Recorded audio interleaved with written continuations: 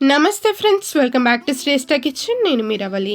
ఇవాళ మన Hyderabadi special bagara baingan recipe చూపించబోతున్నాను.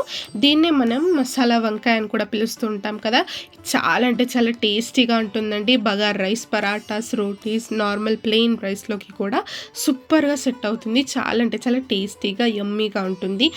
ఈసారి వంకాయలతో తప్పకుండా ఇలా బగారా బెంగన్ చేసి పెట్టండి. అందరు కూడా మిమ్మల్ని చాలా మెచ్చుకుంటారు. వీడియో చివరి వరకు ఏ స్టెప్ కూడా మిస్ అవ్వకుండా చూడండి, చాలా ఎంజాయ్ చేస్తారు. ఇవాళ బగారా బెంగన్ ఎలా చేస్తారో నేర్చేసుకుందాం. సో ఇక్కడ నేను ఒక 1/2 కిలో అంతా వంకాయలు తీసుకున్నానండి. బగారా బెంగన్కి ఇలా చిన్నగా ఉండే వంకాయలు తీసుకుంటే బాగుంటుంది. ఇలా ఈ తొడిమ ఏదైతే ఉంటుందో దాన్ని మనం కట్ చేసేసుకొని ఇలా ఒక 4 కట్లు పెట్టుకోవాలన్నమాట. చూసారా, ఇలా 4 పార్ట్స్ లాగా మనం వంకాయల్ని కట్ చేసుకొని తీసుకోవాలి. మీకు ఇలా వద్దనుకుంటే నార్మల్గా పీసెస్ లాగా కూడా కట్ చేసుకొని తీసుకోవచ్చు. నేను ఇక్కడ ఒక ప్యాన్లోకి ఇక్కడ వాటర్ తీసేసుకుంటున్నాను. ఇందులోకి కొంచెం సాల్ట్ వేసుకొని ఇలా కట్ చేసుకునే వంకాయల్ని ఇందులోకి వేసుకోవాలి. ఇలా వేసుకోవడం వల్ల, సాల్ట్ వాటర్లో వేసుకోవడం వల్ల మనకు వంకాయలు ఎక్కువగా నల్లబడకుండా ఉంటాయి. ఇలా మంచిగా వంకాయలన్నీ కూడా కట్ చేసుకొని వాటర్లో డిప్ చేసేసుకొని ఇలా వీటిని పక్కన పెట్టేసుకోవాలి. ఇప్పుడు మసాలా పేస్ట్ ఎలా చేసుకోవాలో చూద్దాము. మన బగారా బెంగన్కి నేను ఇక్కడ ఒక ప్యాన్ పెట్టేసుకున్నాను. స్టవ్ మీద మంటను లో ఫ్లేమ్లో పెట్టేసుకుని ఇందులోకి ఒక 2 టేబుల్ స్పూన్స్ పల్లీలు వేసుకున్నాను. పల్లీలు కొంచెం రోస్ట్ అయ్యాక ఇందులోకి ఒక 3 ఎండుమిర్చిని నేను ఇక్కడ వేస్తున్నాను. ఇలా ఎండుమిర్చి పల్లీలు బాగా వేగాక ఇందులోకి నేను కొబ్బరి ముక్కలు యాడ్ చేస్తున్నానండి. ఒక 2 స్పూన్స్ అంట. మీ దగ్గర కొబ్బరి పౌడర్ ఉంటే అది కూడా వేసుకోవచ్చు. ఒక 2 స్పూన్స్ వేసుకోవాలి. ఇలా కొబ్బరి ముక్కలు కూడా కాసేపు బాగా వేయించుకున్నాక మిగతా ఇంగ్రీడియంట్స్ యాడ్ చేసుకుందాం. నేను ఇందులోకి ఒక 1.5 టీ స్పూన్ ధనియాలు వేస్తున్నాను. ఇలా మసాలాలన్నీ కూడా ఇలా రాగా వేసుకుంటే అప్పటికప్పుడు చాలా టేస్టీగా ఫ్లేవర్ఫుల్గా ఉంటుందండి. ఇందులోకి ఒక 1/2 ఇంచ్ అంతా దాల్చిన చెక్క, ఒక 2 ఇలాచీలు, 3 లవంగాలు వేసుకున్నాను. ఒక 1/2 స్పూన్ అంతా జీలకర్ర వేసుకోవాలి. ఇలా ఇవన్నీ కూడా వేసుకున్నాక ఒక 2 స్పూన్స్ అంతా నువ్వులు కూడా ఇక్కడ నేను వేస్తున్నాను. ఇలా ఇవన్నీ కూడా వేసుకున్నాక లో ఫ్లేమ్లో మంచిగా దూరగా వేయించుకోవాలండి. ఏమాత్రం కూడా మసాలాలు మాడనివ్వకుండా మంచిగా వేపుకుందాం. నేను ఇక్కడ స్టవ్ ఆఫ్ చేసేసుకున్నానండి. చూసారా, ఈ విధంగా మంచిగా వేగాక ఒక ప్లేట్లోకి తీసుకొని ఇవన్నీ కూడా బాగా చల్లారి పెట్టుకోవాలి. ఈ మసాలాలన్నీ కూడా బాగా చల్లారాక నేను ఇక్కడ ఒక మిక్సీ జార్లోకి ట్రాన్స్ఫర్ చేసుకుంటున్నాను. ఇలా ఇవన్నీ కూడా మంచిగా మిక్సీ జార్లోకి వేసుకొని ఒకసారి మూత పెట్టేసుకొని బాగా గ్రైండ్ చేసుకొని తీసుకుందాం.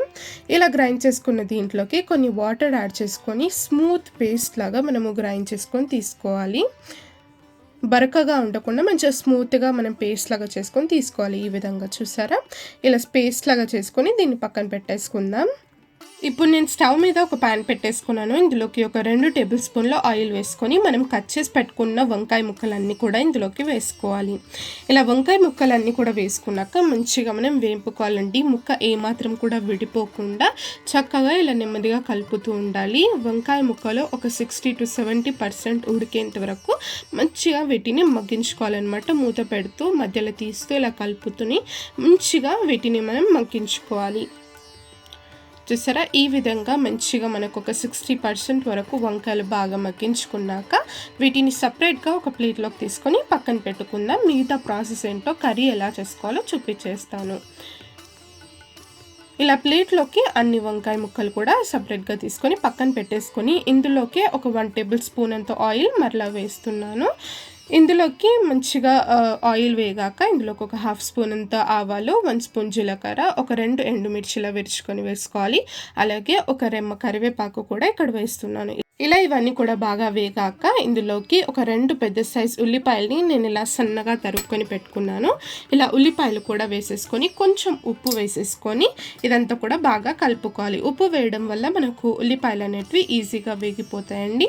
ఇలా ఉప్పు వేసుకొని బాగా కలిపేసుకుందాం. హై ఫ్లేమ్లో పెట్టుకుంటే మనకి ఈజీగా ఉల్లిపాయలు మగ్గిపోతాయి. ఇప్పుడు ఇందులోకి మనము ఒక 1.5 టీ స్పూన్ అంత అల్లం వెల్లుల్లి పేస్ట్, ఒక 1/2 టీ స్పూన్ అంత పసుపు వేసేసుకొని మంచిగా కలిపేసుకుందాం. అల్లం వెల్లుల్లి పేస్ట్లోని పచ్చిదనం అంతా కూడా పోయాక ఇందులోకి 1 స్పూన్ అంతా కాశ్మీరీ మిర్చి పౌడర్ నేను ఇక్కడ వేస్తున్నాను. అలాగే ఒక 3 స్పూన్స్ అంతా నార్మల్ మనము వాడుకుంటాం కదా కారం పొడి, అది వేసేస్తున్నాను. అలాగే మనకు రుచి సరిపడ ఉప్పు, కొంచెం నేను ఇక్కడ మిరియాల పొడి వేస్తున్నాను. మంచి ఫ్లేవర్ ఉంటుంది. ఇలా మిరియాల పొడి కూడా వేసుకున్నాక మంచిగా ఇవన్నీ కూడా మసాలాలో బాగా కలిపేసుకోవాలి. ఇలా ఒక నిమిషం పాటు బాగా మగ్గాక మసాలాలో దీని తర్వాత నేను ఇక్కడ చింతపండు రసం వేస్తున్నానండి. నేను ఒక పెద్ద సైజు నిమ్మకాయ సైజు అంత చింతపండును ముందే నానబెట్టుకొని అందులోంచి వచ్చిన రసంని ఇందులోకి వేసుకుంటున్నాను. ఇలా చింతపండు రసం వేసుకున్నాక ఒకసారి బాగా కలిపేసుకొని ఇది ఇలా మరుగుతూ ఉన్నప్పుడు మనము ముందుగా గ్రైండ్ చేసి పెట్టుకున్న మసాలా పేస్ట్ ఉంది కదా, ఆ పేస్ట్ అంతా కూడా ఇందులోకి వేసేసుకోవాలి. ఇలా మిక్సీ జార్లో ఉన్న దాన్ని వేస్ట్ చేయకుండా కొన్ని వాటర్ వేసేసుకొని బాగా మిక్స్ చేసుకొని వాటర్తో సహా పేస్ట్ అంతా కూడా ఇందులోకి వేసేసుకొని ఒకసారి బాగా కలిపేసుకుందాం. ఇలా ఈ మసాలా పేస్ట్ చింతపండు రసం ఇవన్నీ కూడా బాగా కలిపేసుకున్నాక ఇందులోకి కొంచెం నేను ఇక్కడ పుదీనా ఆకులు వేస్తున్నాను. మంచి ఫ్లేవర్ ఉంటుందండి బగారా బెంగన్కి. ఇలా మంచిగా మూత పెట్టేసుకొని ఒక 2 minutes సేపు బాగా మసాలా పేస్ట్ని బాగా మగ్గించుకోవాలి.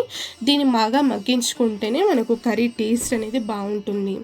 ఇలా మసాలా పేస్ట్ కూడా వేసుకున్నాక ఇందులోకి మనము ఒక గ్లాస్ అంతా వాటర్ నేను ఇక్కడ వేస్తున్నాను. మనకు గ్రేవీ ఎలా కావాలో చూసుకొని దానికి తగ్గట్టు మనం వాటర్ యాడ్ చేసుకోవాల్సి ఉంటుంది. ఇలా వాటర్ కూడా ఒకసారి బాగా మరుగుతూ ఉన్నప్పుడు ఇందులోకి మనం ఫ్రై చేసి పెట్టుకున్న వంకాయలన్నింటినీ కూడా ఇందులోకి వేసేసుకోవాలి. ఇలా వంకాయలు కూడా వేసుకున్నాక ఒకసారి బాగా కలిపేసుకొని మూత పెట్టుకొని ఒక 3 to 4 minutes సేపు మంచిగా గ్రేవీ అంతా కూడా బాగా ఉడికించుకోవాలి. ఇలా గ్రేవీ అంతా కూడా బాగా ఉడికాక ఒక 1 teaspoon అంత గరం మసాలా అలాగే సన్నగా తరుక్కున్న కొత్తిమీర తరుగు వేసేసుకొని ఒకసారి బాగా కలిపేసుకుందాం.